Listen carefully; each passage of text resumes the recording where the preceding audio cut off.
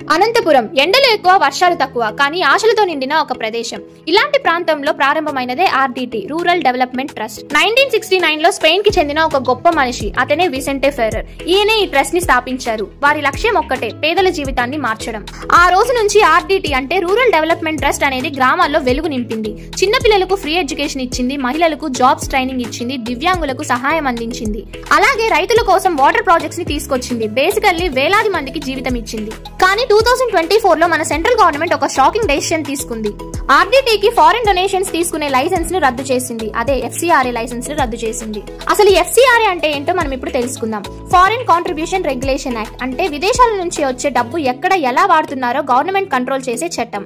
ఏ NGO అయినా సరే విదేశీ నిధులు తీసుకోవాలి అంటే ప్రభుత్వం అనుమతి కావాలి. అలాగే ఆ డబ్బులు ఎలా వాడుతున్నారో గవర్నమెంట్ కి time to time report submit చేయాలి.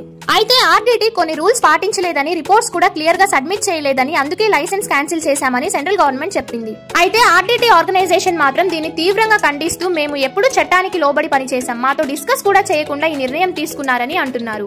దీనిపైనే ప్రస్తుతం ఆర్డిటి కోర్టులో ఫైట్ చేస్తుంది. తమ సేవలు తిరిగి ప్రారంభించేందుకు లీగల్ గా ప్రయత్నం చేస్తుంది. ఈ లైసెన్స్ క్యాన్సిల్ అవ్వడం వల్ల చాలా సేవలు ఆగిపోయాయి. చదువు, వైద్యం, శిక్షణ అన్ని ఆలస్యం అవుతున్నాయి. వాళ్ళపై ఆధారపడే పేద ప్రజలు కూడా చాలా బాధపడుతున్నారు. ప్రజలు అంతా ఒకటే మాట చెబుతున్నారు, జెన్యూన్ గా సేవ చేసే సంస్థలను ఇలానే ఆపేస్తారా, లేక ఒకవేళ నిజంగా జరిగిన ఒక పొరపాటుకు కూడా అవకాశం ఇవ్వలేరా అని ప్రశ్నిస్తున్నారు. అందుకే ఇప్పుడు ప్రజలందరూ సేవ్ ఆర్డిటి అంటూ ఒకటే మాటపై ఫైట్ చేస్తున్నారు. ఎందుకంటే ఇది కేవలం ఒక సంస్థ కాదు, ఇది ఒక హృదయంతో సేవ చేసే గొప్ప భావనకు ఎదురైన పరీక్ష. ఇలాంటి హానెస్ట్ ఆర్గనైజేషన్స్ కి ఎంకరేజ్మెంట్ చాలా అవసరం అంటున్నారు ప్రజలు. అలాగే FCRA లైసెన్స్ కూడా తిరిగి తెచ్చుకోవడానికి చాలా ప్రయత్నిస్తున్నారు.